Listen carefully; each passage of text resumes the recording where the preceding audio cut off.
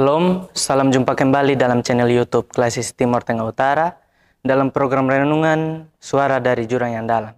Bersama saya Satrio Timbul Hotman Boling, mahasiswa Fakultas Teologi Universitas Kristen Artawacana yang saat ini sedang melakukan praktek kolegium pastoral di Jemaat Bermata Jemaat Bikomi. Saat ini kita ada dalam perenungan bersama di bawah tema pendidikan untuk memperoleh hikmat. Dan bacaan bagi kita terambil dari Amsal pasal yang kedua ayat 1 hingga ayat yang ke-22. Namun sebelum membaca kebenaran firman Tuhan, mari kita menghadap Tuhan dalam doa. Kita berdoa. Bapa dalam sorga, terima kasih atas penyertaan-Mu sepanjang hari kehidupan kami. Ketika Engkau menuntun kami dan masih mempercayakan nafas kehidupan sehingga kami dapat berada sebagaimana kami ada saat ini. Tiba saatnya kami akan membaca kebenaran firman-Mu. Mari Tuhan memberkati hati dan pikiran kami.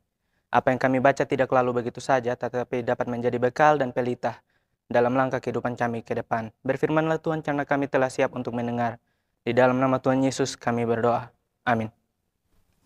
Amsal 2 ayat 1 hingga ayat yang ke-22.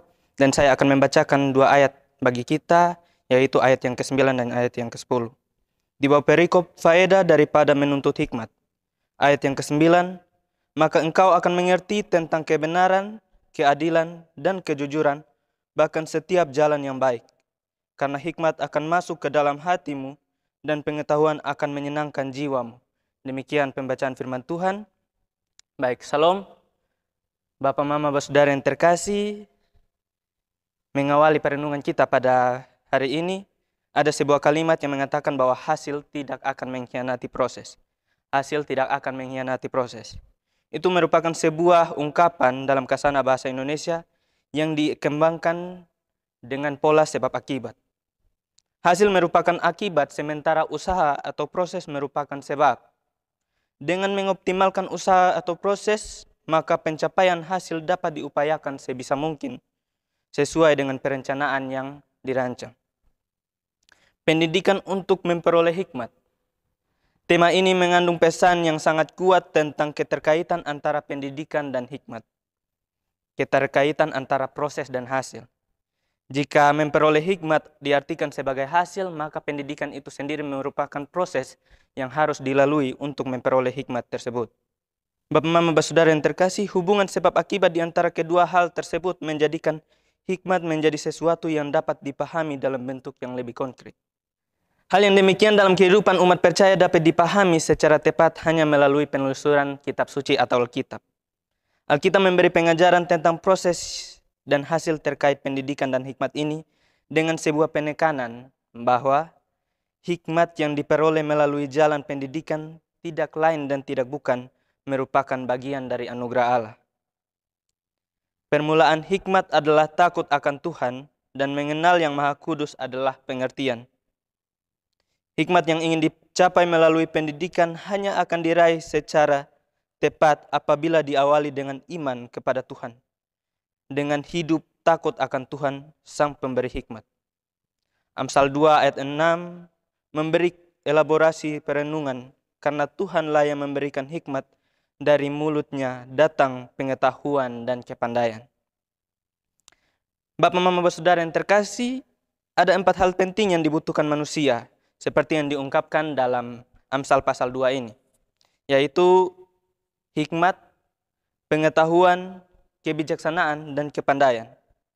Bapak, Mama, Saudara yang terkasih, perikop kita merincikan 4 hal sebagai berikut. Yang pertama, hikmat akan masuk ke dalam hati manusia. Yang kedua, pengetahuan akan menyenangkan jiwa manusia. Yang ketiga, kebijaksanaan akan memelihara manusia.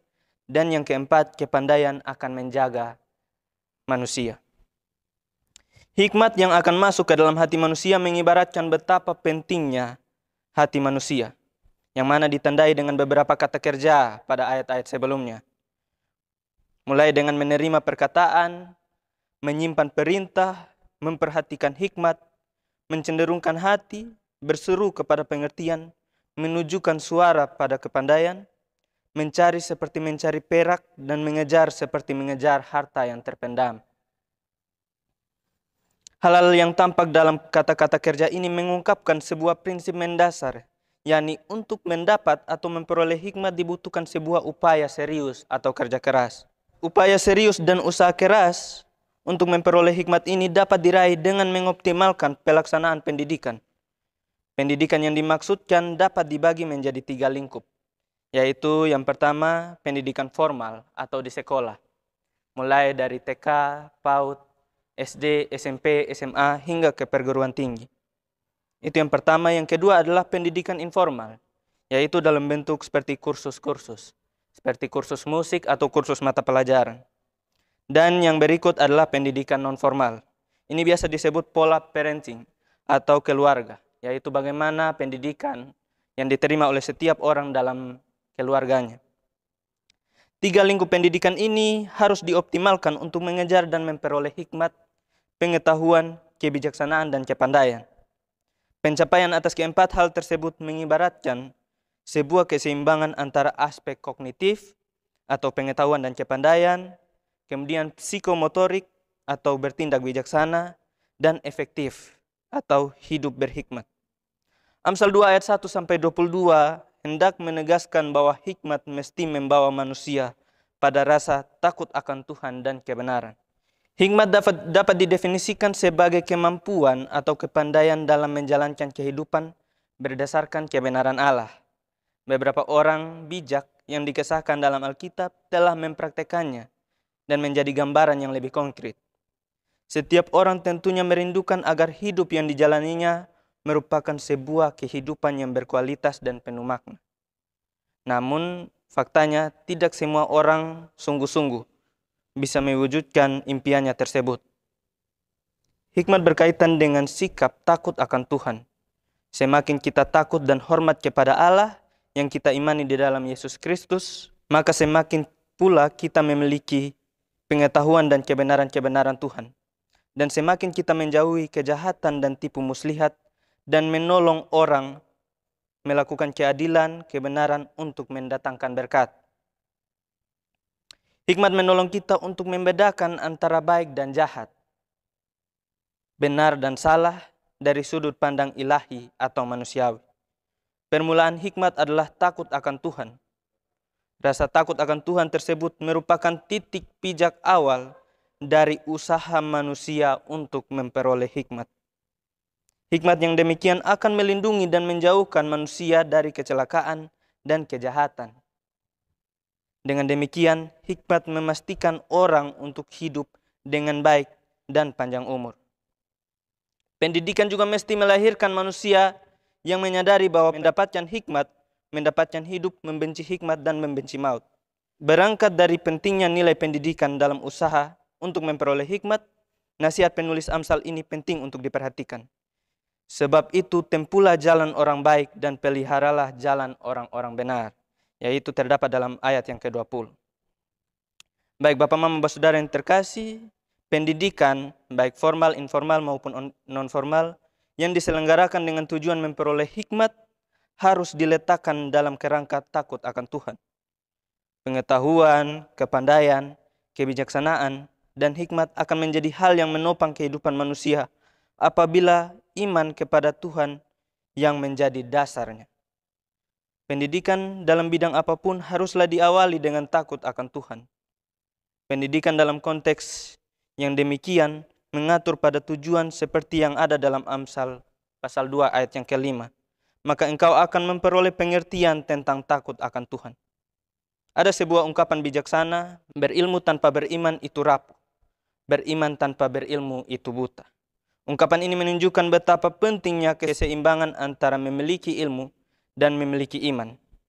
Pentingnya menghindari kepongahan atau kesombongan atau ilmu tanpa iman, dan menghindari fanatisme beragama atau beriman tanpa berilmu.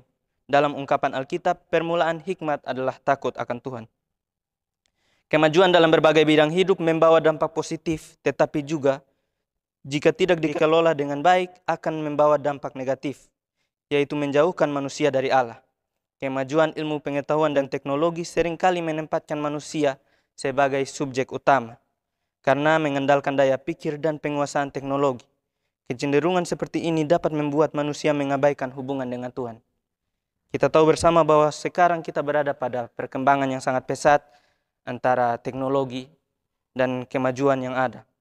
Sebenarnya jika kita menerapkan dengan baik, dengan hikmat, maka itu dapat membawa dampak yang baik bagi kita.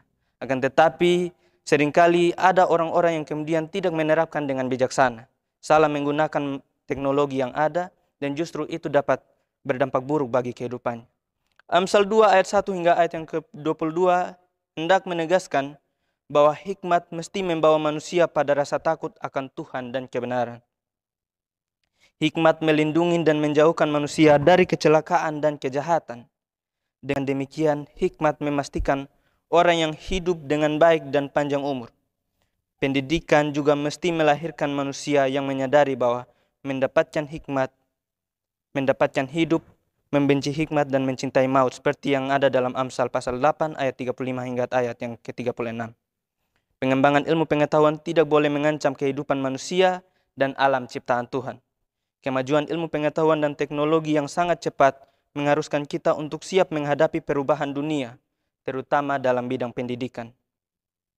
Sehebat apapun perkembangan ilmu dan teknologi, pendidikan harus tetap berpusat pada manusia yang memiliki spiritualitas dan ketergantungan pada Allah. Prinsipnya adalah segala sesuatu, termasuk teknologi dan ilmu pengetahuan, berasal dari Allah, maka mesti dipakai untuk kemuliaan Allah dan keberlangsungan hidup. Kita harus menjadi pribadi yang mau untuk kemudian memaknai betapa pentingnya pendidikan, agar kita dapat bertumbuh menjadi seseorang yang memperoleh hikmat, yaitu hikmat yang berasal dari Allah, dengan dapat bijaksana menyikapi berbagai hal yang terjadi di tengah dunia, termasuk kemajuan ilmu pendidikan, kemajuan teknologi, dan modernisasi. Karena itu Bapak Mama Saudara, di akhir perenungan ini, marilah kita terus bertumbuh dengan membawa diri kita untuk dapat memaknai pentingnya pendidikan, sehingga kita dapat menjadi pribadi yang lebih berhikmat dengan hidup takut akan Allah. Tuhan memberkati kita dengan firman-Nya. Amin.